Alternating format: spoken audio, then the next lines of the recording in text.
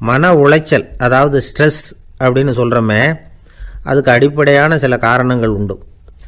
அதாவது மிகையாக திட்டமிடுதல் அப்படிங்கிறதும் ஒரு முக்கியமான காரணம். நடைமுறை சாத்தியம் என்னங்கிறத மனசில் வச்சுக்கிட்டு எந்த திட்டத்தையும் தீட்டணும், அப்போ தான் அது சரியாக வரும். ரெண்டாவது காரணம் என்ன தெரியுமா? ஒரே நேரத்தில் பல்வேறு செயல்களில் ஈடுபடுறது. தொலைபேசியில் பேசிக்கிட்டே கையில் இருக்கிற கடிதத்தை படிச்சுக்கிட்டே எதிரில் உட்காந்துக்கிட்டு இருக்கிறவருக்கும் அப்பப்போ பதில் சொல்லிக்கிட்டு மனசில் பல்வேறு சிந்தனைகளை அப்படியே ஓட விட்டுக்கிட்டு இருக்கிறது, இதுவும் மன அழுத்தத்தை உண்டாக்குது. மூணாவது காரணம், எதிலேயும் வெற்றி மட்டும் எதிர்பார்க்குற ஒருதலைப்பட்சமான ஆர்வம். நாம் தொட்டதெல்லாம் வெற்றியாகவே முடியணும் அப்படின்னு எதிர்பார்க்குறவங்க ஏதாவது ஒன்றில் தோல்வியை கண்டால் தோண்டு போயிடுறாங்க. எப்படியும் முடியலாம்ங்கிற எண்ணம் ஏற்கனவே நமக்குள்ளே இருந்துட்டுதுன்னா அந்த அவஸ்தை வராது. அதனால் அதுவும் நம்ம வளர்த்து கொள்ள வேண்டிய ஒரு குணம். மன உளைச்சல் ஏற்படுறதுக்கு இன்னொரு காரணம், எதையும் வேகமாக செஞ்சுடணும் அப்படிங்கிற துடிப்பு. அந்த துடிப்பே மனசை அழுத்த ஆரம்பிச்சிடும். எந்த ஒரு காரியத்திலையும் தாமதமோ இடையூறோ ஏற்பட்டால் அதை பொறுத்துக்கிற மனப்போக்கம் வேணும். அது இல்லாதவங்க அழுத்தத்துக்கு ஆளாயிடுறாங்க. சில பேர் வேலைன்னு எந்த நேரம் பார்த்தாலும் வேலையே கதின்னு கிடப்பாங்க. பொழுதுபோக்குக்கோ உடற்பயிற்சிக்கோ குடும்பத்தில் உள்ளவங்க அல்லது நண்பர்கள் கூட கலந்துரையாடவோ கொஞ்சம் கூட நேரம் ஒதுக்க மாட்டாங்க. இந்த சுபாவம் மன அழுத்தத்தை உண்டு பண்ணும். இதையெல்லாம் புரிஞ்சுக்கிட்டு அதிலிருந்து விடுபடுறது எப்படின்னு யோசிக்கணும். வல்லுநர்கள் இது தொடர்பாக சில யோசனைகளை சொல்லி வச்சுருக்கிறாங்க. அது என்னென்னா, வாழ்க்கைங்கிறது பிரச்சனைகளால் பின்னப்பட்ட ஒன்று. அது எப்போவுமே முடிவடையாத ஒரு தொடர்கதை அப்படிங்கிறத முதல்ல நாம் புரிஞ்சுக்கணும். ஒரே நேரத்தில் ஒரு காரியத்தில் மட்டுமே நாம் கவனம் செலுத்தணும். அடுத்தவங்க காரியத்தில் தலையிடக்கூடாது.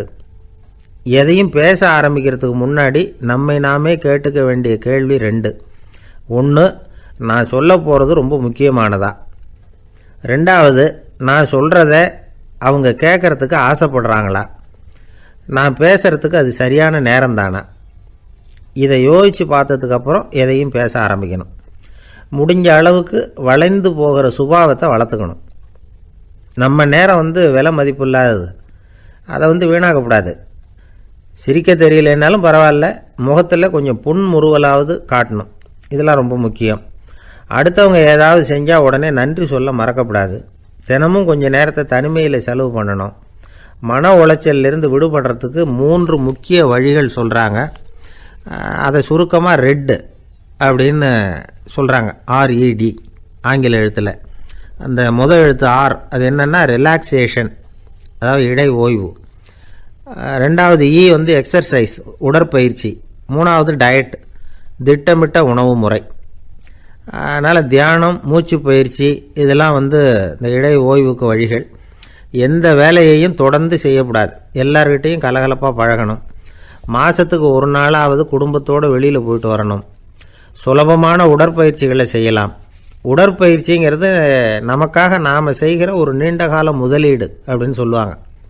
அதாவது லாங் டேர்ம் இன்வெஸ்ட்மெண்ட்டாக. அளவோடு சாப்பிட்ணும், மெதுவாக சாப்பிட்ணும். இதெல்லாம் கொஞ்சம் மனசில் வச்சுக்கிட்டு நடந்துக்கிட்டால் மகிழ்ச்சியாக வாழலாம். சில பேர் சாப்பாட்டு விஷயத்தில் ரொம்ப அக்கறை எடுத்துக்கிறது உண்டு. ஒரு குண்டு ஆசாமி சாப்பிட உக்காந்தார். முதல்ல ஒரு மாத்திரை சாப்பிட்டார். எதுக்குன்னு கேட்டோம். பசி எடுக்கிறதுக்குன்னார். சாப்பிட்டு முடித்தார். பிறகு மறுபடியும் ஒரு மாத்திரை சாப்பிட்டார். இது எதுக்குன்னு கேட்டோம். சாப்பிட்டது ஜீரணமாகறதுக்கு அப்படின்னார். ஒரு ஆஃபீஸில் வேலை பார்க்குற ஒருத்தர் ஏதோ தப்பு பண்ணிவிட்டார். உடனே மேல் அதிகாரி அவரை கூப்பிட்டு அனுப்புனார். நீ செஞ்சது தப்புன்னார் கோபமாக. இது ஒரு ரகம். சில அதிகாரிகள் இப்படி நீங்கள் செஞ்சது தப்புன்னு சொல்கிறதில்ல, நீங்கள் செஞ்சது சரி அப்படின்னு சொல்கிறதில்ல. எப்படி சொல்லுவாங்கன்னா, நீங்கள் செஞ்சது சரியில்லைன்னு நான் நினைக்கிறேன் அப்படின்னு சொல்லுவாங்களாம். அதாவது சில பேர் நீங்கள் செஞ்சது தப்புங்கிறாங்க, அதையே மாற்றி சொல்கிறார் இவர், நீங்கள் செஞ்சது சரியில்லைன்னு நினைக்கிறேன். இது ரெண்டும் அர்த்தம் ஒன்று தான், இருந்தாலும் வார்த்தைகள் வித்தியாசம். நிர்வாக திறமை இல்லாத ஒரு அதிகாரி யூ ஆர் ராங் அப்படின்னு சொல்லுவாராம். நிர்வாக திறமை உள்ள அதிகாரியாக இருந்தால் அதையே கொஞ்சம் மாற்றி I think you are not correct அப்படிம்பாரான். இதுதான் வித்தியாசம். இருந்தாலும் வார்த்தைகளை உபயோகப்படுத்துகிற விதத்தை வச்சு தான் வேலை நல்லா நடக்கிறதும் நடக்காததும் இருக்குது. விவரம் தெரிஞ்சவங்க என்ன சொல்கிறாங்க தெரியுமா? Be a leader not a boss அப்படிங்கிறாங்க. ஒரு லீடராக இரு, பாஸாக இருக்காதே அப்படிங்கிறாங்க. சரி, அப்படின்னா லீடருக்கும் பாஸுக்கும் வித்தியாசம் உண்டா அப்படின்னு கேட்டால் இருக்குன்னு சொல்கிறாங்க. லீடருங்கிறவர் வேறு, பாஸுங்கிறவர் வேறு. ஒரு லீடர் எப்படி நடந்துக்குவார், ஒரு பாஸ் எப்படி நடந்துக்குவார், இதை முதல்ல நாம் தெரிஞ்சுக்கணும். அவங்க எப்படி நடந்துக்குவாங்க அப்படிங்கிறதுக்கு சில விவரங்கள் இருக்குது. அதை கேட்டோம்னா நாம் புரிஞ்சுக்கலாம் அதை. அதாவது பாஸுங்கிறவர் விரட்டிக்கிட்டே இருப்பார், லீடருங்கிறவர் ஊக்கப்படுத்திக்கிட்டே இருப்பார். நாளைக்கு சாயந்தரத்துக்குள்ளே அந்த வேலையை செஞ்சு முடிக்கலைன்னா தொலைச்சி விடுவோம் தொலைச்சி அப்படிம்பார் அவர். இவர் எப்படி சொல்லுவார்னா, இது வரைக்கும் நீங்கள் செஞ்சுருக்கிற வேலை ரொம்ப அற்புதம் அப்படிம்பார். பாஸுங்கிறவர் அதிகாரத்தை நம்பி செயல்படுறவர், லீடருங்கிறவர் நல்லெண்ணத்தை நம்பி செயல்படுறவர். நம்மக்கிட்ட அதிகாரம் இருக்குது, பவர் இருக்குது, அதனால் காரியத்தை சாதிச்சுடலாம் அப்படின்னு நினைக்கிறவர் அவர். மற்றவங்கக்கிட்ட ஒரு நல்ல அபிப்பிராயத்தை சம்பாதிச்சுக்கிட்டு அது மூலமாக காரியங்களை சாதிக்கிறவர் இவர். பாஸுங்கிறவர் பயத்தை உண்டு பண்ணுவார், லீடருங்கிறவர் அன்பை பரவ செய்வார். அதை செய்யலைன்னா ஆடிட்டில் தகராறாயிடும், இது செய்யலைன்னா இன்க்ரிமெண்ட்டு கட் ஆகிடும், இப்படி ஏதாவது சொல்லி பயமுறுத்திக்கிட்டே இருப்பார் அவர். இவர் அப்படி இல்லை. உடம்பு இப்படி இருக்குது, வீட்டில் எல்லோரும் சௌக்கியமாக இருக்கிறாங்களா, ஆஃபீஸில் எல்லாம் வசதியாக இருக்குதா, நான் ஏதாவது உதவி செய்யணுமா அப்படின்னு அன்புக்கு முக்கியத்துவம் கொடுப்பார். பாஸுங்கிறவர் எதுக்கெடுத்தாலும் நான் சொல்லிக்கிட்டு இருப்பார், லீடருங்கிறவர் நாமன்னு சொல்லிக்கிட்டு இருப்பார். பாஸுங்கிறவர் தப்புக்கு காரணம் யாருன்னு பார்ப்பார், லீடருங்கிறவர் தப்பு என்னன்னு பார்ப்பார். இதுதான் ரெண்டு பேருக்கு வித்தியாசம். The boss shows who is wrong, the leader shows what is wrong அப்படின்னு சொல்லுவாங்க. இந்த காரியம் எப்படி செய்யப்பட்டிருக்கு அப்படின்னு தெரிஞ்சுக்கிறவர் பாஸ். இந்த காரியத்தை எப்படி செய்யணும்னு செஞ்சு காட்டுறவர் லீடர். பாஸுங்கிறவர் பணியாளர்களை திட்டுவார், லீடர் மரியாதைக்குரியவராக நடத்துவார், அதுக்குரியவராக அவர் நடந்துக்குவார். செய்கிற வேலையை ஒரு சுமையாக நினைக்க வைக்கிறவர் பாஸ், செய்கிற வேலையை ஒரு சந்தோஷமாக ஆக்கிறவர் லீடர். ஒரு முதலாளியாக இருக்கிறவர் அல்லது ஒரு நிர்வாகியாக இருக்கிறவர் இது மாதிரியான நுணுக்கங்களையெல்லாம் தெரிஞ்சு வச்சுக்கிறது நல்லது. ஒரு பாஸ் இருக்கார், அவர் ஒரு நாள் ரொம்ப பெருமையாக தன்னோட ஆஃபீஸை பற்றி பேசிக்கிட்டு இருந்தார். எனக்கு கீழே 200 பேர் வேலை செய்கிறாங்க சார், நான் ஒரு கோடு கிழிச்சா அவங்க அதை தாண்டாத அளவுக்கு நான் நடந்துக்கிறேன் சார் அப்படின்னார் அவர். அது எப்படி முடியுது உங்களால் அப்படின்னு கேட்டோம். நான் கோடே கிழிக்கிறதில்ல சார் அப்படின்னார். என்ன சார் உங்கள் பையன் என்ன செஞ்சுக்கிட்டு இருக்கிறான் இப்போது அப்படின்னு கேட்டார் ஒருத்தர். அடிக்கடி கண்ணாடி முன்னாடி நின்று அழகு பார்த்துக்கிட்டு இருக்கிறான் சார் அப்படின்னார் அப்பா. இளம் பருவம் இப்படி தான் இருக்கும், அதையெல்லாம் சாதாரணமாக நினச்சிடாதீங்க அப்படின்னார் அவர். என்ன சார் சொல்கிறீங்க, கண்ணாடி முன்னாடி நின்றுக்கிட்டு நேரத்தை வீணாக்கிக்கிட்டு இருக்கான், அதை ஒரு பெரிய விஷயமாக நான் நினைக்கணுமா அப்படின்னார் இவர். இளம் பருவத்தில் இளைஞர்களுக்கும் சின்ன பொண்ணுங்களுக்கும் அடிக்கடி கண்ணாடியில் பார்க்கணும்னு தோணும். அது வெறுமனே அழகு பார்க்குறது மட்டும் இல்லை, அவங்க தங்களையே தேடி கண்டுபிடிக்கிற ஒரு முயற்சி அது. இது ஒரு மனோதத்துவ விளைவு. இது வரைக்கும் சின்ன பிள்ளையாக இருந்துட்டோம், இனிமேல் நாமளும் மற்றவங்க மாதிரி மனிதர்கள் தான் அப்படிங்கிற உணர்வு அவங்களுக்கு வருது.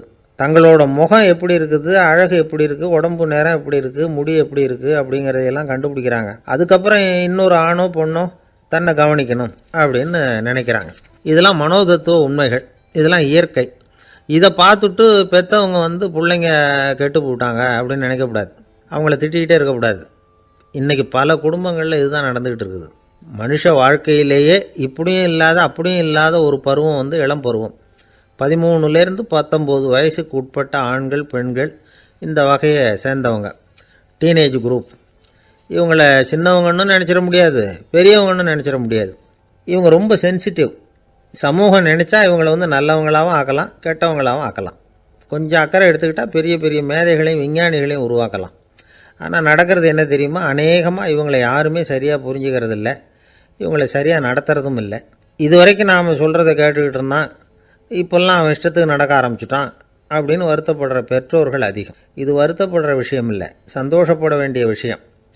உங்கள் புள்ள சொந்தமாக யோசிக்க ஆரம்பிக்கிறதும் நடந்துக்க ஆரம்பிக்கிறதும் ஒரு தப்பான விஷயமா? அவன் கடைசி வரைக்கும் உங்கள் பேச்சையே கேட்டுக்கிட்டு இருக்கணுங்கிறது என்ன நியாயம்? இன்றைக்கி இளைஞர்களை பெரியவங்க தப்பாக புரிஞ்சுக்கிட்டு தவறாக நடத்துறதுனால தான் அவங்களுக்கு வெறுப்பு, எரிச்சல், மனக்கசப்பு எல்லாம் உண்டாகுது. பெற்றவங்க சரியாக மதிக்கிறது இல்லை அப்படிங்கிற ஒரே காரணத்தினாலேயே வீணாக போகிற பிள்ளைங்க இன்றைக்கி அதிகம். சரி, பெற்றவங்களுக்கு இன்றைக்கி என்ன தான் புத்தி சொல்ல வர்றீங்க அப்படின்னு கேட்குறீங்களா? நாம் எதையும் சொல்ல வரல, ஆனால் அது சம்பந்தமான சில நிபுணர்கள் சொல்லியிருக்கிறத உங்கள் காதில் போட்டு வைக்கலாம். அது என்னென்னா, பிள்ளைங்க கிட்ட அன்பு செலுத்துங்க. குழந்தையாக இருந்தப்போ எவ்வளவு பாசமாக இருந்தீங்க, வளர வளர அதை ஏன் குறைச்சிக்கிறீங்க? பெற்றவங்களின் அன்பான வார்த்தைகளுக்கு ஏங்குறவங்க தான் இன்றைய இளைஞர்கள். அவங்க எதை சொன்னாலும் அதை அக்கறையாக காது கொடுத்து கேளுங்க, அலட்சியப்படுத்தாதீங்க. அவங்க விரும்புகிறது உங்கள்கிட்டேருந்து ஒரு மதிப்பு, மரியாதை, அங்கீகாரம், இவ்வளவு தான். அவங்க அவங்களாவே முடிவுகள் எடுக்கட்டும், அதுக்கு நீங்கள் உதவியாக இருங்க, அது போதும். மற்றவங்க முன்னாடி, முக்கியமாக அவங்க நண்பர்கள் முன்னாடி அவங்கள பற்றி மட்டமாக பேசாதீங்க. அவங்கக்கிட்ட பொய் சொல்லக்கூடாது. நீங்கள் சொன்னது பொய்ன்னு தெரிஞ்சு போச்சுன்னா உங்கள் பேரில் அவங்களுக்கு இருக்கிற மதிப்பு போயிடும், நம்பிக்கை போயிடும். அவங்களுக்கு முன்னாடி நீங்கள் சண்டை போடக்கூடாது. உங்கள் பிள்ளைய எப்பவும் இன்னொரு பிள்ளையோட ஒப்பிட்டு பேசுகிற வேலையே வேணாம். கூட பிறந்த மற்றவங்களோட கூட ஒப்பிடக்கூடாது. இப்படி செஞ்சால் அவன் உங்ககிட்டையும் பிரியமாக இருக்க மாட்டான், அவங்ககிட்டையும் பிரியமாக இருக்க மாட்டான். புள்ளை எங்கே போகிறான், என்ன பண்ணுறான் அப்படின்லாம் துப்பறிஞ்சிக்கிட்டு இருக்கக்கூடாது. இளைஞர்கள் தனிமையை விரும்புகிறவங்க. அவங்கள பெட்டியில் வச்சு மூடி பாதுகாக்கணும்னு நினைக்கக்கூடாது. அவங்கள எப்படி பாதுகாக்கிறது அப்படிங்கிறது அவங்களுக்கே தெரியும். உங்கள் புள்ளை எப்படி நடந்துக்கணும்னு நீங்கள் எதிர்பார்க்குறீங்களோ அது மாதிரி நீங்கள் நடந்து காட்டுங்க, அது போதும். ஒரு வீட்டில் அப்பாவும் அம்மாவும் பேசிகிட்டு இருக்கிறாங்க. என்னங்க, நம்ம பொண்ணு பெரியவளாயிட்டா, அடிக்கடி கண்ணாடி முன்னாடி போய் நின்றுக்கிட்டு இருக்கிறா, சீக்கிரமாக ஒரு பையனை பார்த்து கல்யாணத்தை முடிக்காமல் இப்படி மசன்னு கல் மாதிரி உட்காந்துருக்குறீங்களே அப்படின்னு சத்தம் போட்டாங்க அந்த அம்மா.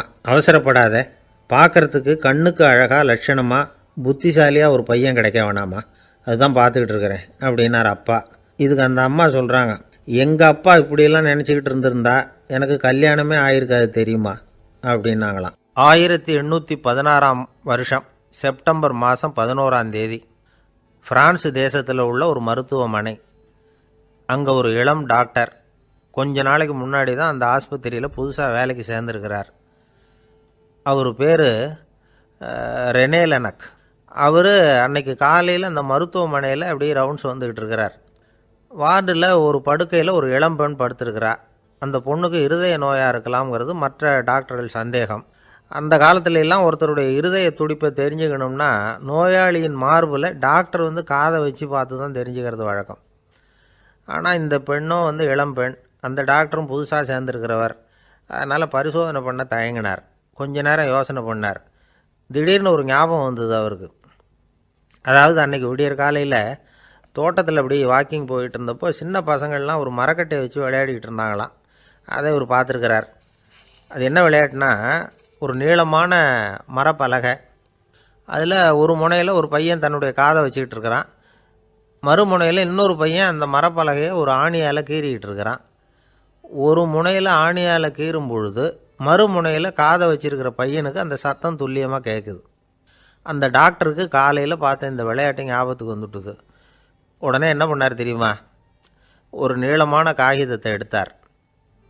அதை அப்படியே உருளை மாதிரி உருட்டினார்.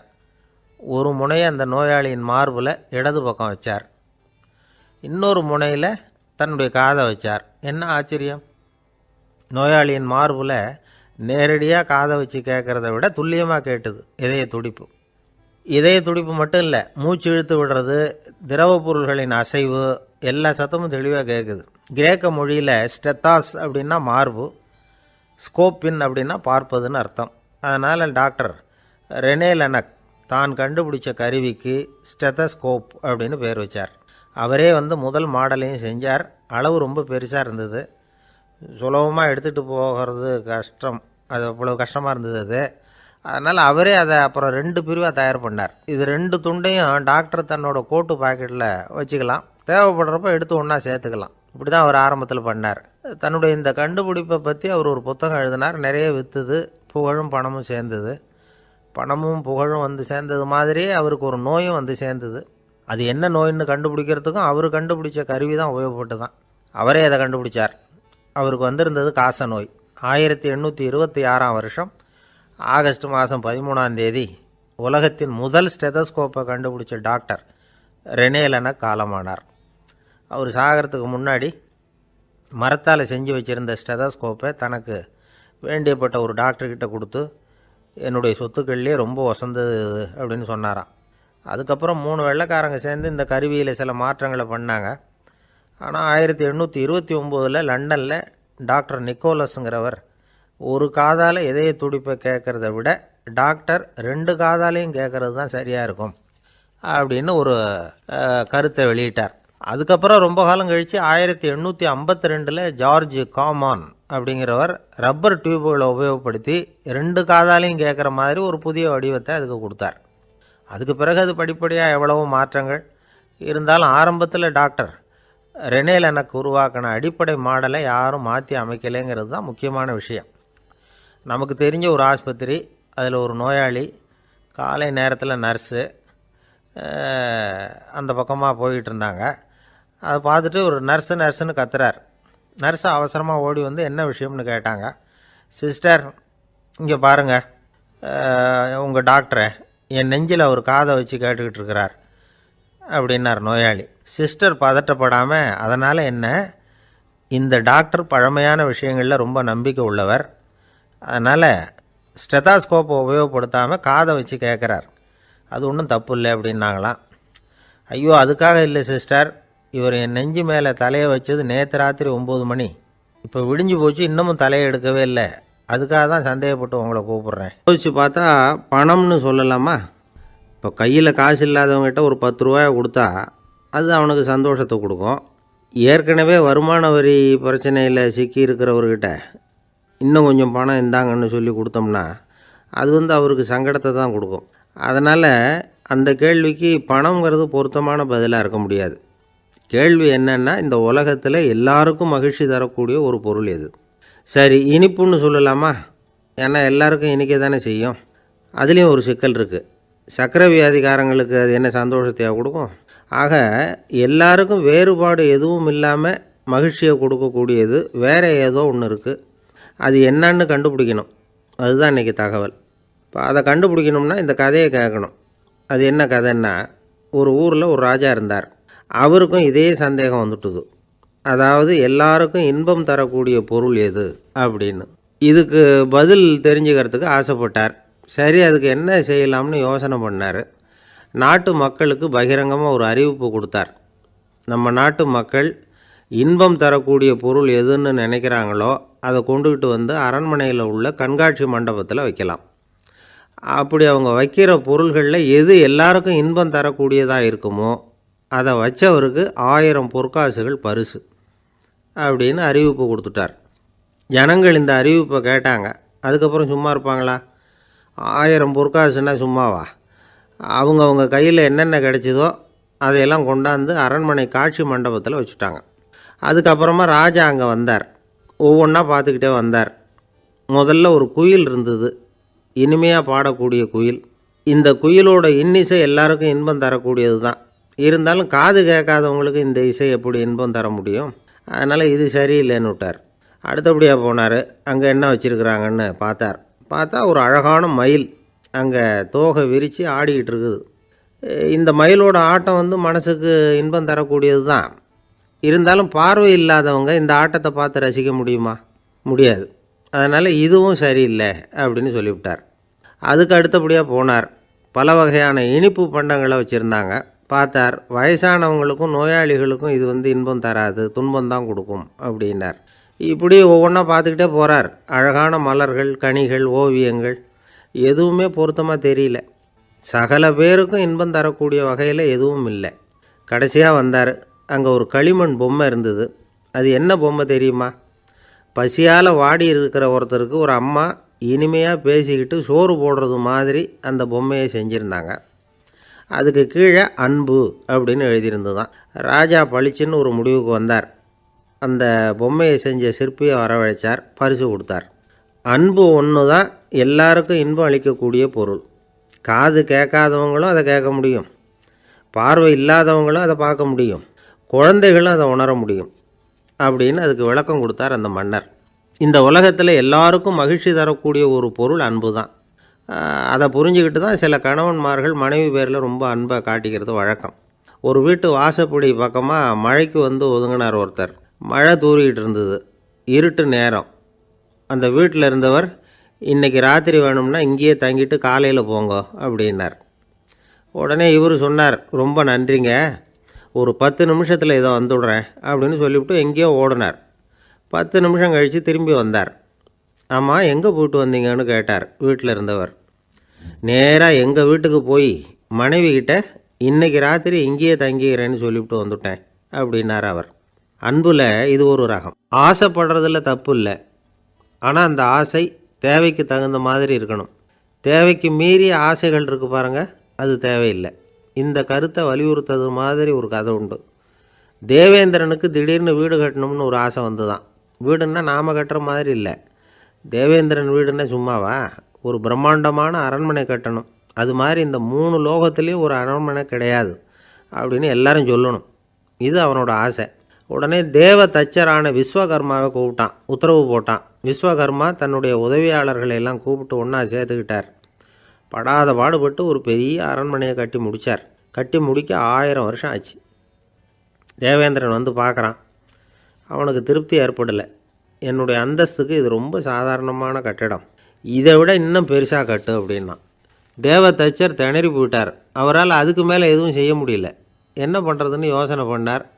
நேராக நாரதர் காலில் போய் விழுந்தார். நீங்கள் தான் என்னை இந்த பிரச்சனையிலேருந்து காப்பாற்றணும்னார். நாரதர் யோசனை பண்ணார். சரி, கவலைப்படாதேன்னார். நேராக இந்திரன்கிட்ட போனார்.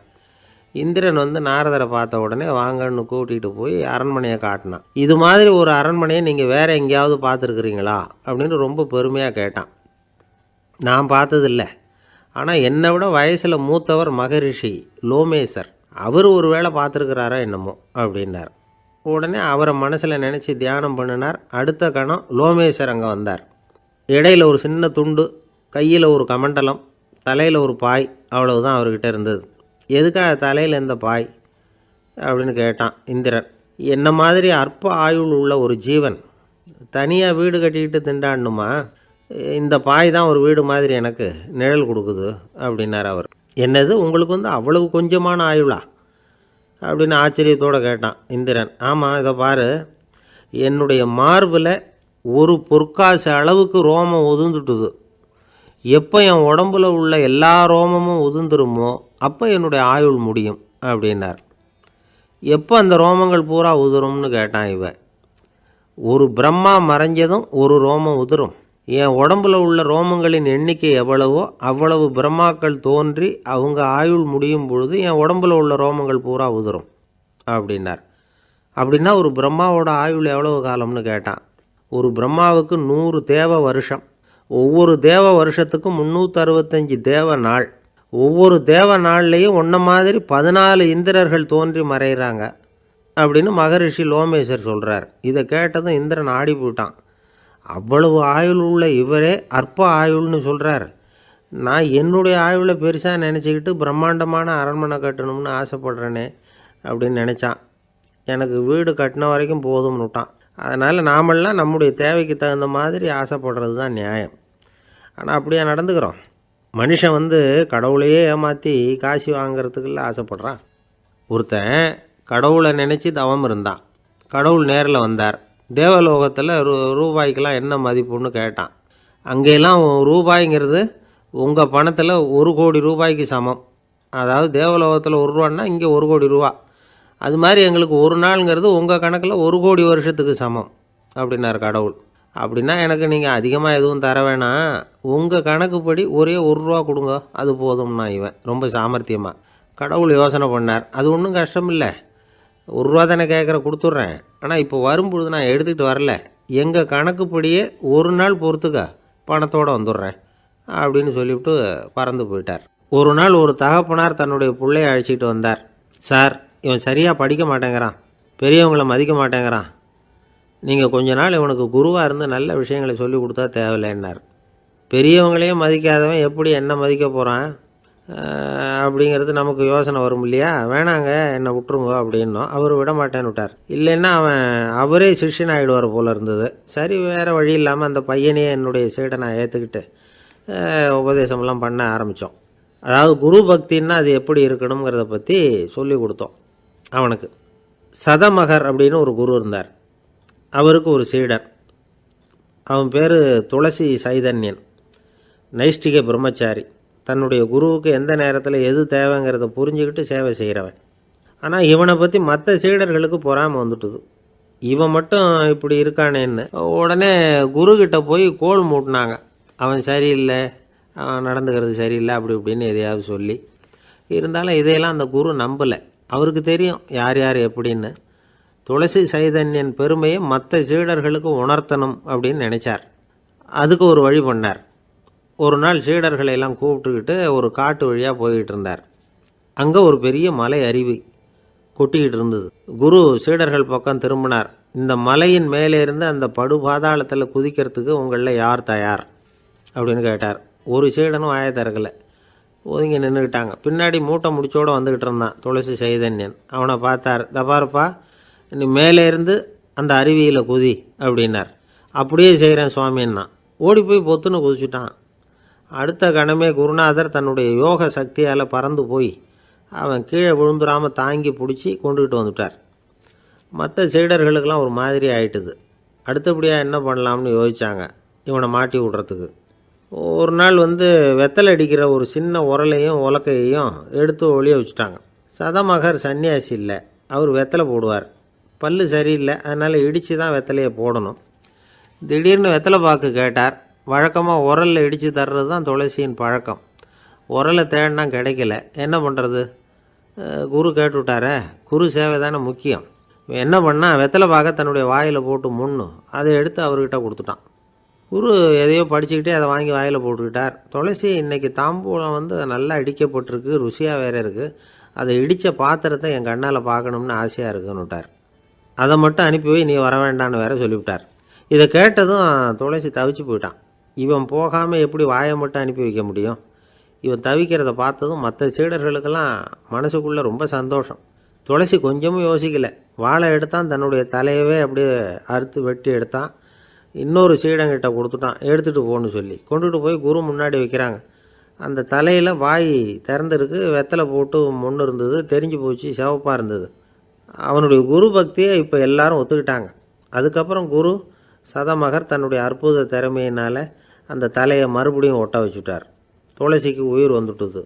இப்படி ஒரு பெரிய கதை உண்டு. அதாவது துளசி சைதன்யன் அவனுடைய குரு பக்தி எப்படி அப்படின்னு கேட்டோம். ரொம்ப அபாரம் அப்படின்னு அந்த பையன் அடக்கமாக, சும்மா விளையாட்டுக்காக தான் அப்படி அவங்ககிட்ட கேட்டோம். ஏன்பா உன்னுடைய குரு பக்தியை என்கிட்ட காட்டுறதுக்கு உன்னோட கழுத்தை நீயே அறுக்கணும்னு நான் சொன்னால் அதை நீ செய்வியா அப்படின்னு கேட்டோம். என்னுடைய கழுத்தை நானே அறுக்க வேண்டிய அவசியம் இல்லை சார் அப்படின்னா அவன். ஏண்டான்னு, அதே காரியத்தை தான் இனிமேல் நீங்கள் தினமும் செய்ய போகிறீங்களே சார் அப்படிங்கிறான்.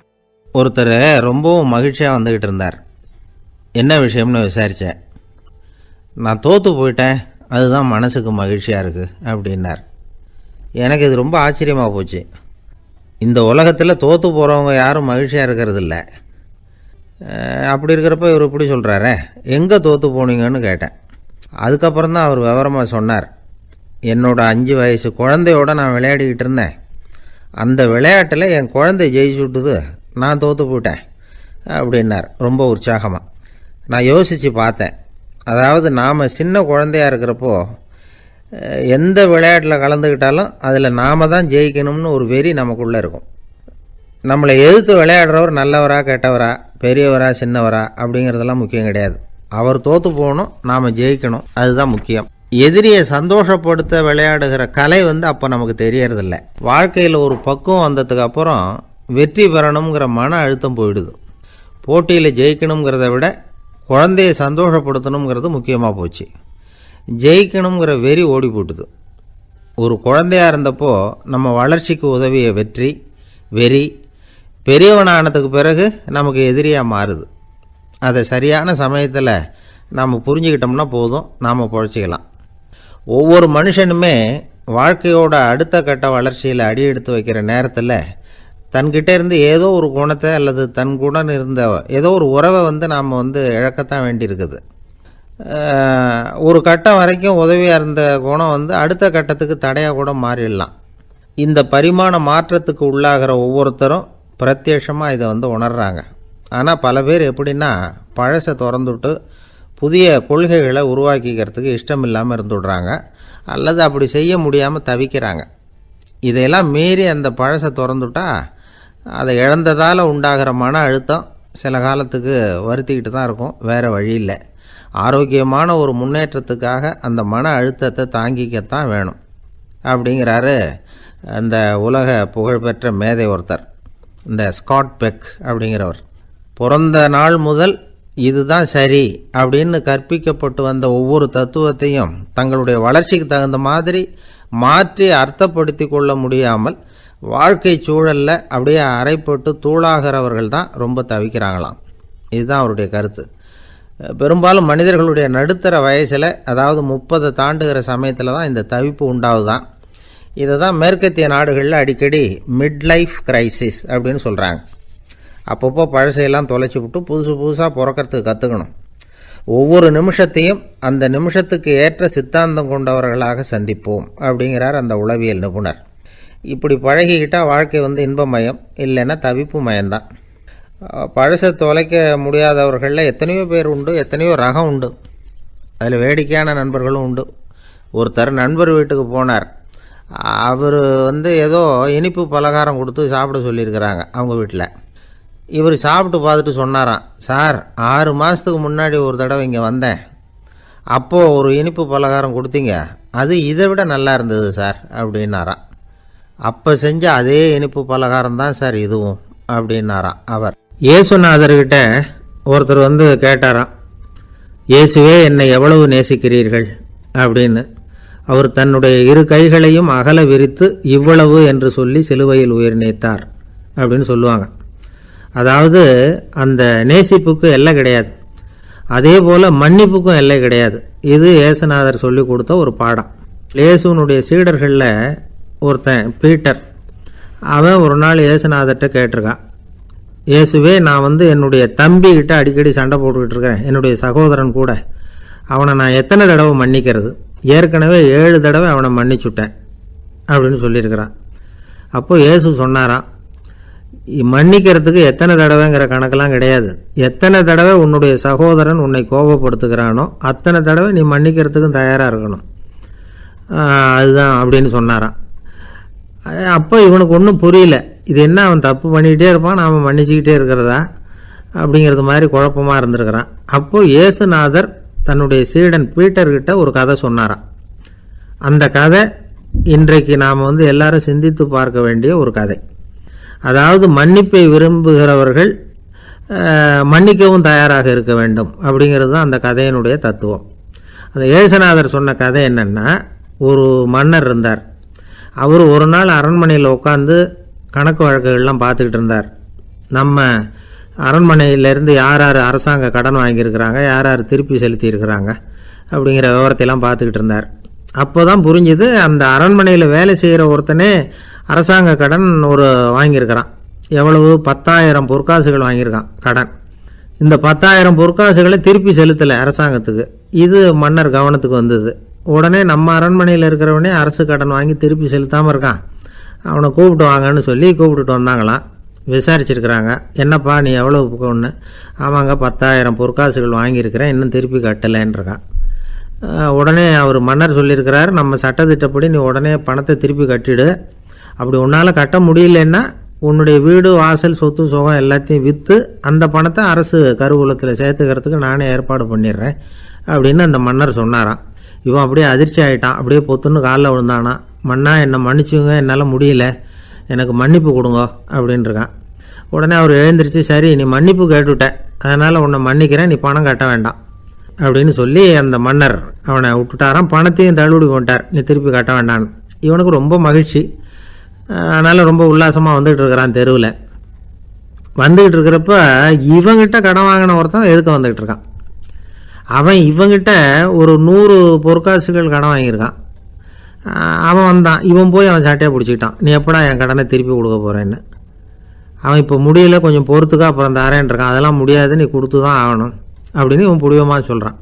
இப்போ நிலைமையை பாருங்கள், இவன் ஏற்கனவே 10,000 பொற்காசுகள் அரசாங்கத்தில் கடன் வாங்கினா அதுக்கு மன்னிச்சு விட்டுட்டார் இவனை. ஆனால் இவன் இன்னொருத்தனை மன்னிக்கிறதுக்கு தயாராக இல்லை. இவங்கிட்ட கடன் வாங்கின இன்னொருத்தன் 10 பொற்காசுகள், அவனை மன்னிக்க தயாராக இல்லை. அவனை கொண்டு போய் நீதிமன்றத்தில் கொண்டு போய் நிறுத்தி தண்டனை வாங்கி கொடுத்துட்டான். நீதிபதி என்ன சொன்னார், அந்த இவன் வாங்கின பொற்காசுகளை திருப்பி கட்டுற வரைக்கும் ஜெயிலில் இருக்கணுங்கிறது தீர்ப்பு. ஆனால் உடனே அரசர் காதில் விழுந்தது. சொல்லிட்டாங்க, உங்ககிட்ட மன்னிப்பு வாங்கிட்டு போனானே ஒருத்தன், அவன் வந்து இன்னொருத்தனை மன்னிக்கிறதுக்கு தயாராக இல்லை, அவனை கொண்டு போய் ஜெயிலில் அடைச்சிட்டான் அப்படின்னு. உடனே மன்னர் பார்த்தார், இவனை மறுபடியும் கூப்பிட்டு வர சொன்னார். தபாரப்பா, நான் வந்து உன்னை மன்னிச்சு விட்டேன், ஆனால் நீ இன்னொருத்தனை மன்னிக்கிறதுக்கு தயாராக இல்லை, அதனால் என்னுடைய தீர்ப்பையும் மாற்றுறேன், நீயும் அரசு கடன் தீர்ற வரைக்கும் ஜெயிலில் தான் இருக்கணும் அப்படின்னு சொல்லி ஜெயிலுக்கு அனுப்பிச்சிட்டாராம். இப்படி ஒரு கதையை இயேசுநாதர் தன்னுடைய சீடருக்கு சொன்னதாக ஒரு வரலாறு. அது என்ன, அதுலேருந்து நாம் புரிந்து கொள்ள வேண்டியதுன்னா, நாம் வந்து மன்னிக்கப்படணும்னு நாம் விரும்புகிறோம்னா நாம் இன்னொருத்தரை மன்னிக்கிறதுக்கு தயாராக இருக்கணும். அதனால் நாம் வந்து இன்னொருத்தரை யாரையும் மன்னிக்க மாட்டோம், ஆனால் என்ன இன்னொருத்தர் மன்னிக்கணும் அப்படிங்கிறது மாதிரி செய்யக்கூடாதுன்னு சொல்லுவாங்க. அது மாதிரி நாம் வந்து இப்போ இது தப்பாக புரிஞ்சுக்கிறவங்களும் இருக்கிறாங்க. பாவம் மன்னிப்புங்கிறதுலாம் எதுக்குன்னா, அதாவது மறுபடியும் பாவம் செய்யாமல் இருக்கிறதுக்காக தான். அதான் மன்னிக்கிறாரே அப்படிங்கிறதுக்காக மறுபடியும் பாவம் பண்ணிகிட்டு இருக்கிறது இல்லை. அதான் ஒருத்தர் கேட்டாராம், பாவத்திலேருந்து மன்னிப்பு கிடைக்கணும்னா நீ என்ன செய்யணும் அப்படின்னு கேட்டிருக்கார். அதுக்கு அவன் சொல்லியிருக்கிறான், நான் முதல்ல பாவம் செய்யணும், அப்போ தானே மன்னிப்பு கிடைக்கும் அப்படின்னு நானாம். இப்படிப்பட்டவர்கள் தான் இன்றைக்கி உலகத்தில் அதிகமாக இருக்கிறாங்க. அதனால் இந்த மன்னிப்பின் மகத்துவங்கிறது இயேசுநாதர்கிட்டேருந்து தான் நாம் புரிஞ்சுக்கணும். அந்த இயேசு சொன்ன அந்த மன்னிக்கிற மனோபாவம் இருந்தால் இன்றைக்கி உலகம் பூராவும் அமைதி பூங்காவாக இருக்கும். அதில் ஒன்றும் ஆச்சரியமே இல்லை, அதில் ஒன்றும் சந்தேகமும் இல்லை. அதனால் மன்னிக்கிற மனோபாவத்தை நாம் எல்லாரும் நமக்குள்ளே வளர்த்து கொள்ள வேண்டும் அப்படிங்கிறது தான் நாம் இன்றைக்கு எல்லோரும் சிந்தித்து பார்க்க வேண்டிய ஒரு செய்தி. ஒரு வயசான அம்மா பெருவழியாக போயிட்டு இருந்தாங்க. அவங்க கையில் எண்ணத்தையோ வச்சுக்கிட்டு அதை அடிக்கடி பார்த்துக்கிட்டே இருந்தாங்க. ஒருத்தன் மெதுவாக அவங்கக்கிட்ட போய் கையில் இருக்கிறது என்ன அப்படின்னு எட்டி பார்த்தா அவங்க கையில் 4 பல் இருந்துதான். இவன் ஆச்சரியமாக அந்த அம்மாவை பார்த்தான். ஏம்மா, உனக்கு என்ன பைத்தியமா, ஏது இந்த பல், இதை என்னத்துக்காக கையில் வச்சுக்கிட்டு அலைஞ்சிக்கிட்டு இருக்கிற அப்படின்னு கேட்டிருக்கான்.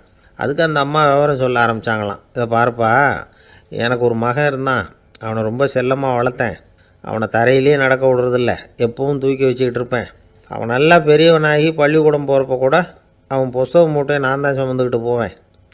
பார்க்குறவங்க கூட கேலி பண்ணுவாங்க, ஏம்மா படிக்க போகிறது நீயா உன் பிள்ளையான்னு கேட்பாங்க. அவன் இன்றைக்கி எவ்வளோ பெரிய மனுஷன் ஆகிட்டான், வெளிநாட்டில் பெரிய உத்தியோகத்தில் இருக்கான். சமீபத்தில் இங்கே வந்துட்டு போனான். ஒரு நாள் ஏதோ கோபத்தில் என்ன அரைஞ்சுட்டான். அப்போ இந்த 4 பல்லும் கீழே விழுந்துட்டுது. இன்னமும் கூட விழுந்திருக்கும், ஆனால் பல்லு தான் இல்லை. என் புள்ள அரைஞ்சதுனால விழுந்த பல்லு இல்லையா அது, அதனால் இதை எப்பவும் என் கையிலேயே வச்சுக்கிட்டு ஆசையோடு பார்த்துக்கிட்டு இருக்கிறேன். அவன் தான் வெளிநாட்டுக்கு போட்டான், அவனை பார்க்க முடியாத ஏக்கத்தை நான் இந்த பல்லை பார்த்து போக்கிக்கிறேன் அப்படின்னு நாங்களாம் அந்த அம்மா. இந்த கதை எதுக்காகன்னா, தாய் அன்பு அப்படிங்கிறது எப்படிப்பட்டதுங்கிறத புரிஞ்சுக்கிறதுக்காக. கல்யாணம் ஆனதுக்கப்புறம் தாயை மறந்து விடுறவங்க எத்தனை பேர் இந்த உலகத்தில், அவங்க காதில் விழணுங்கிறதுக்காக தான் இந்த தகவல். ஆனால் ஒரு விஷயம் மட்டும் நல்லா புரிஞ்சுக்கணும், தாயை மதிக்க தெரிஞ்சவங்க தான் இன்றைக்கி வந்து வாழ்க்கையில் எல்லா விதத்துலேயும் முன்னுக்கு வந்திருக்கிறாங்க. வேணும்னா விசாரித்து பார்த்துங்க. இன்னொரு அம்மா இருந்தாங்க, அவங்க தினமும் ஒரு கோயிலுக்கு வருவாங்க. சாமியை பார்த்து, கடவுளே நான் இறந்து போனால் நரகத்துக்கு போகணும் அப்படின்னு வேண்டிக்குவாங்களாம். எல்லோரும் சொர்க்கத்துக்கு போகணும்னு தானே கடவுள்கிட்ட வேண்டிக்குவாங்க. இந்த அம்மா தினம் வந்து நான் நரகத்துக்கு போகணும் அப்படின்னு வேண்டிக்கிறாங்க. அங்கே இருந்த அர்ச்சகருக்கு இது சந்தேகம். ஒரு நாள் அதை நேரடியாகவே அவங்கக்கிட்ட கேட்டுவிட்டார். அதுக்கு அந்த அம்மா பதில் சொன்னாங்களாம், ஐயா, எனக்கு கல்யாணம் ஆகி ரொம்ப நாள் வரைக்கும் குழந்தை பாக்கியம் இல்லாமல் இருந்தது. கோயில் குளம் எல்லாம் சுற்றி வந்தேன். ரொம்ப நாள் கழித்து ஒரு குழந்தை பிறந்தது, ஆண் குழந்தை. அவனை நான் ரொம்ப செல்லம் கொடுத்து வளர்த்தேன். அதோட விளைவு என்ன ஆச்சுன்னா, அவன் ரொம்ப மோசமாக ஆகிட்டான். கெட்ட பழக்க வழக்கம்லாம் கற்றுக்கிட்டான். அவன் இறந்து போனால் நிச்சயம் அவனுக்கு நரகம்தான் கிடைக்கும். அந்த அளவுக்கு கெட்டவன் அவன். அப்படிப்பட்ட காரியங்கள்லாம் பண்ணிகிட்ருக்கான், எனக்கு தெரியும். இவனுக்காக நரகத்தில் கூட யாரும் தயவு காட்ட மாட்டாங்க, தாட்சண்யம் காட்ட மாட்டாங்க. அதனால் இவனுக்கு முந்தி நான் இறந்து நரகத்துக்கு போயிட்டா அங்கே இவனை கவனிச்சிக்கலாமே, இவனுக்கு பணிவிடை செய்யலாமேன்னு பார்க்குறேன் அப்படின்னு நாங்களாம். அதனால தான் நான் நரகத்துக்கு போகணும்னு தினம் ஆண்டவனை வேண்டிகிட்டு இருக்கிறேன் அப்படின்னு கண்கலங்கி அந்த அம்மா சொன்னாங்களாம். அதுதான் தாய் உள்ளம்ங்கிறது.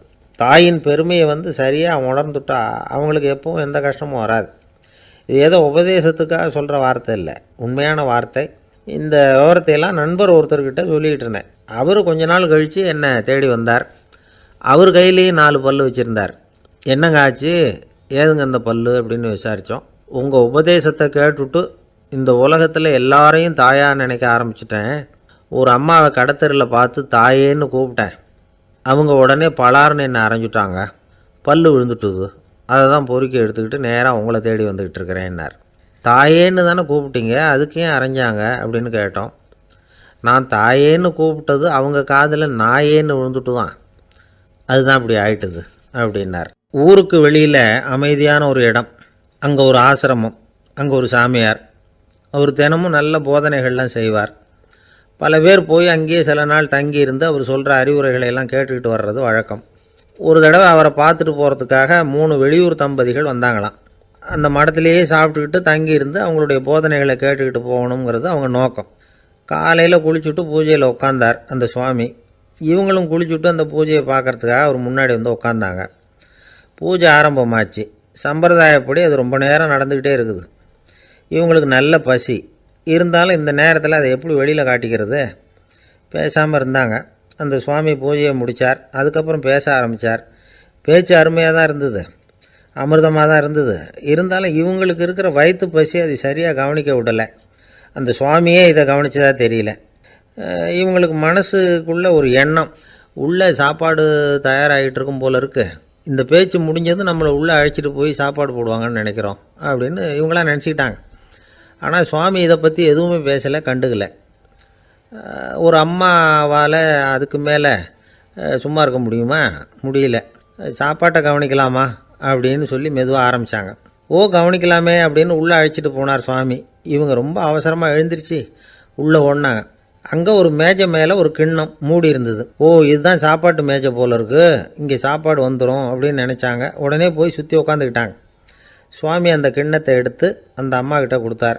அவங்க அதை வாங்கி மூடியை திறந்து பார்க்குறாங்க. உள்ளே ஒரு சாவி இருக்குது. சரிதான், இது சமையலறை சாவி போல் இருக்குது. அங்கே போய் அதை திறந்து சாப்பாட்டை நாமே எடுத்துக்கிட்டு வந்து இங்கே வச்சுக்கிட்டு சாப்பிட்ணும் போல இருக்குது அப்படின்னு நினச்சாங்க. சாவி இருக்கு இல்லையா, வாங்க பூட்டு நிறையா காட்டுறேன் அப்படின்னு சுவாமி அவங்கள அழைச்சிட்டு போனார், காட்டினார். இவங்க அந்த அறையை ரொம்ப ஆவலோடு திறந்தாங்க. உள்ளே பார்த்தா அங்கே அரிசி, பருப்பு, விதவிதமான காய்கறி எல்லாம் இருக்குது. சமையலுக்கு வேண்டிய மிளகாய், எண்ணெய், பால், தயிர், நெய் இப்படி எல்லாமே இருக்குது. அடுப்பு, விறகு, நெருப்பு போட்டி அது கூட அங்கே இருக்குது. சாப்பாடு தயாராக இருக்கும்னு நினச்சிக்கிட்டு போனால் இப்படி இருக்குதே அப்படின்னு சொல்லி அதை பார்த்ததும் ரொம்ப சோர்ந்து போட்டாங்க அவங்க. சுவாமி, என்ன இது சாப்பாடு இல்லையா அப்படின்னாங்க. அதுதான் சாப்பாட்டுக்கு வேண்டிய எல்லாம் இங்கே இருக்குதே. அடுப்பு மூட்டி நீங்கள் தான் அவங்கவுங்க ருசிக்கு தகுந்த மாதிரி சமைச்சிக்கணும். இந்த சன்னியாசிக்கு எப்படி சமைக்க தெரியும் அப்படின்னு கேட்டார் சுவாமி. சாப்பாடு தயாராக இருக்கும்னு நாங்கள் எதிர்பார்த்தோம் அப்படின்னாங்க. நீங்கள் இப்படி சொல்லுவீங்கன்னு நானும் எதிர்பார்த்தேன். இது வரைக்கும் நான் எவ்வளவோ தத்துவம்லாம் எடுத்து சொன்னேன். எல்லாத்தையும் விட இதுதான் அனுபவபூர்வமான தத்துவம். ஆண்டவன் நமக்கு நல்ல மனசை கொடுத்துருக்குறான், நல்ல வாய்ப்புகளையும் தந்திருக்கிறான், அதையெல்லாம் பயன்படுத்திக்கக்கூடிய மூளையையும் சிந்தனையையும் கொடுத்துருக்குறான். அதனால் அடுப்பை தான் நீங்கள் மூட்டணும். அடுப்பை நீங்கள் தான் மூட்டணும். உங்களுக்கு உகந்ததை நீங்கள் தான் சமைச்சு ருசித்து அனுபவிக்கணும். ஆண்டவனே அதை செஞ்சுக்கிட்டு இருக்க மாட்டான் அப்படின்னாராம் அந்த சுவாமி. நம்முடைய வாழ்க்கையில் பல நல்ல பலன்களை பெறுறதுக்கு நாம் தான் முயற்சி பண்ணணும். அதுக்குரிய சூழ்நிலையை தான் ஆண்டவன் கொடுப்பானே தவிர அதை விளக்கிறதுக்காக தான் அந்த சுவாமி அப்படி செஞ்சு காட்டியிருக்கிறார். இது ஒரு பெரியவர் இப்படி ஒரு விளக்கம் கொடுத்தார். அதுக்கப்புறம் அந்த 3 தம்பதிகளும் தெளிவடைஞ்சுட்டாங்களாம். நாம் தெளிவடைகிறது எப்போங்கிறது தான் தெரியல அப்படின்னு பல பேர் இதை கேட்டுட்டு சொல்லிகிட்டு இருக்கிறாங்க. இந்த கதையை நம்முடைய நண்பர் ஒருத்தர்கிட்ட சொன்னேன். அந்த நண்பர் ரொம்ப சந்தோஷப்பட்டார். நீங்கள் சொல்கிறது கரெக்டு சார், ஆனால் நான் அதை விட ஒரு படி மேலே சார். எனக்கெல்லாம் அரிசி, பருப்பு இருக்கிற ரூம் எதுன்னு கையை காட்டிட்டா போதும். உடனே கிண்ணத்துலேருந்து சாவியை எடுத்து கொடுக்கணுங்கிற அவசியம்லாம் இல்லை எனக்கு. அப்புறம் எப்படி ரூமை திறந்துருவீங்க அப்படின்னு கேட்டேன்.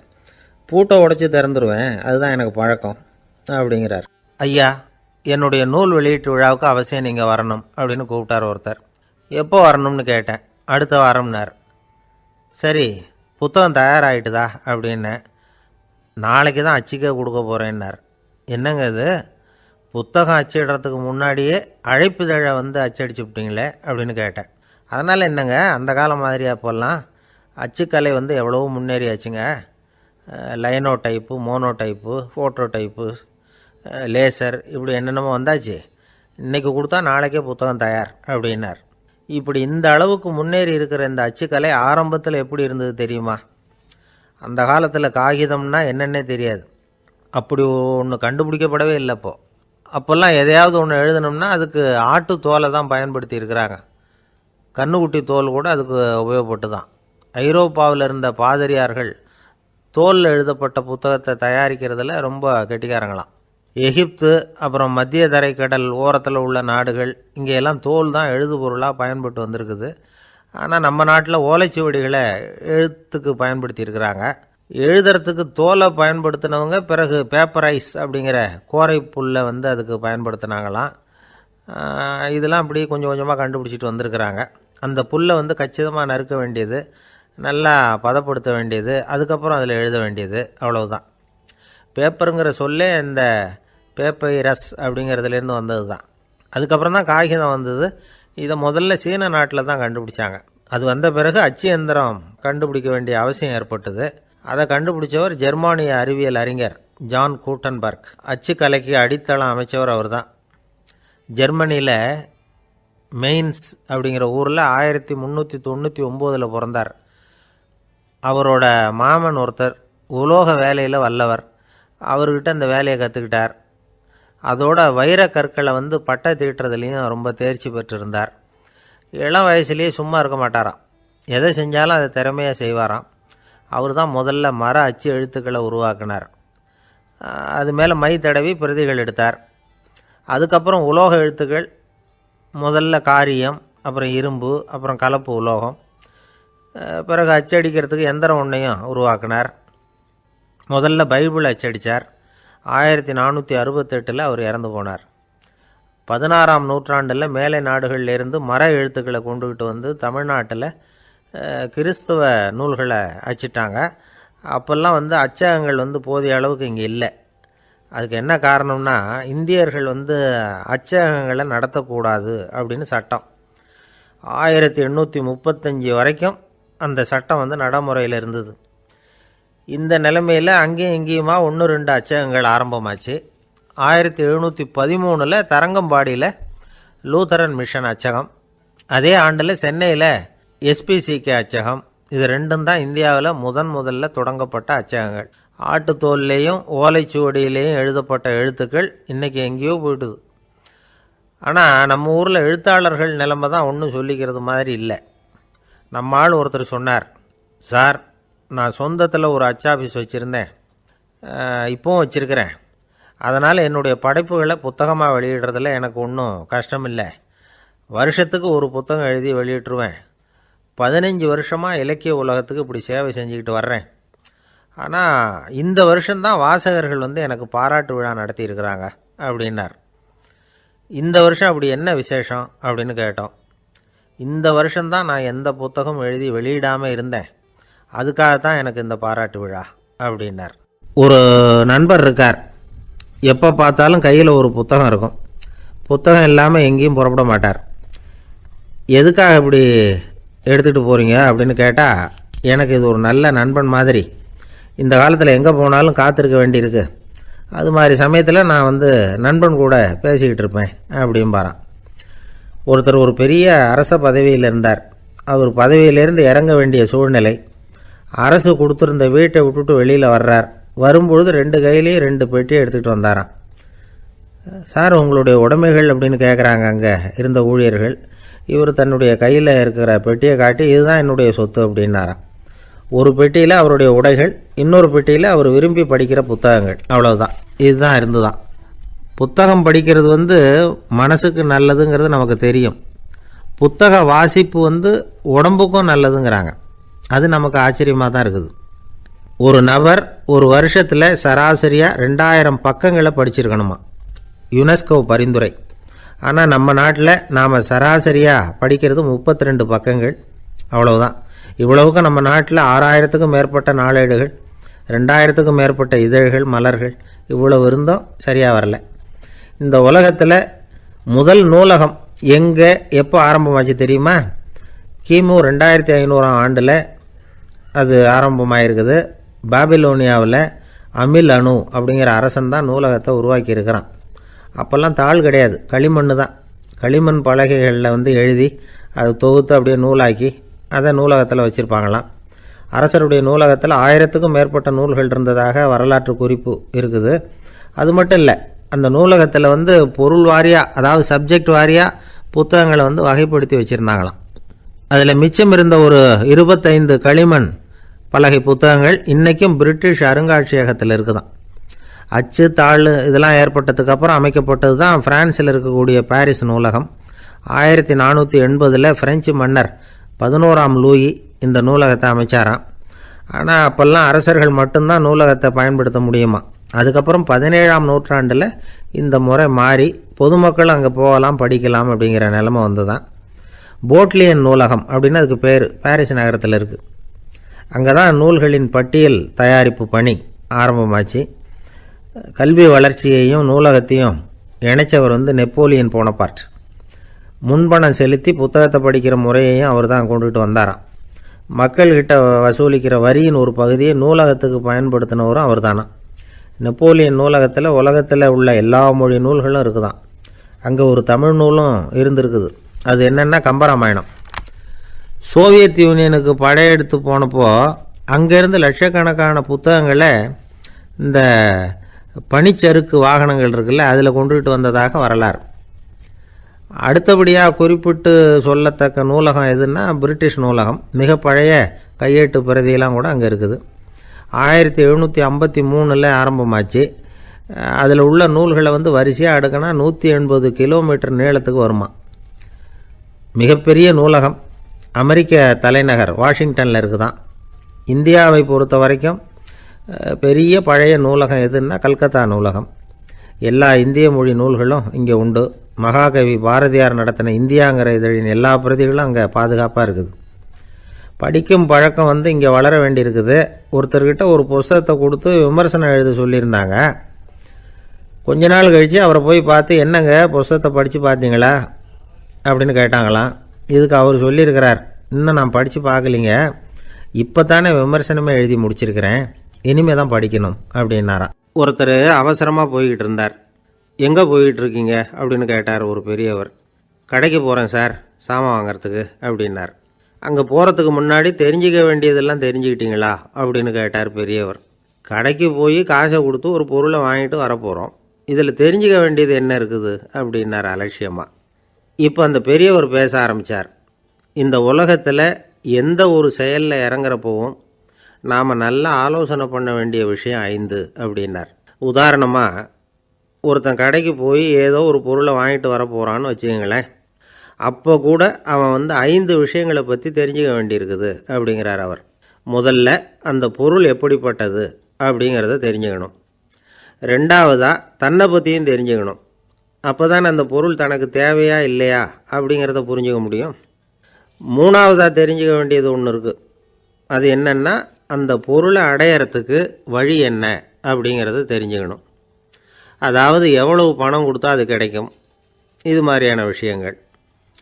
நாலாவதாக அந்த பொருளை அடையிறது மூலமாக நாம் அடையக்கூடிய பயன் என்ன அப்படிங்கிறதையும் உணரணும். அஞ்சாவது, அந்த பொருளை அடையிறதுல இருக்கக்கூடிய தடை எது அப்படிங்கிறதையும் நாம் தெரிஞ்சுக்கணும். பெரியவர் பேசுகிறது ஏதோ தத்துவம் மாதிரி தெரியுது இல்லையா? தத்துவம்தான். அதாவது இப்படி உலகியல் வாழ்க்கையில் சின்ன சின்ன விஷயங்கள்லேயே நாம் 5 விஷயங்களை தெரிஞ்சுக்க வேண்டியிருக்குது. அது ரொம்ப அவசியமாக இருக்குது. பேரின்ப நிலைன்னு சொல்கிறாங்கள்ல, அது மாதிரி பெரிய சமாச்சாரங்கள்லேயும் இந்த 5 விஷயங்களை நாம் தெரிஞ்சுக்க வேண்டியிருக்குது. அதுக்கு பேர் என்னன்னா அர்த்த பஞ்சகம். வைணவ சமயத்தில் அர்த்த பஞ்சகம்ங்கிறது ரொம்ப பெரிய விஷயம். கடைக்கு போகிறது மாதிரி கடவுளை பார்க்க போகிறப்பவும் நாம் 5 விஷயங்களை தெரிஞ்சுக்கணுமா. முதல்ல பரம்பொருள் அப்படிங்கிறது என்ன, அதோட தன்மைகள் என்ன, இதை தெரிஞ்சுக்கணும்.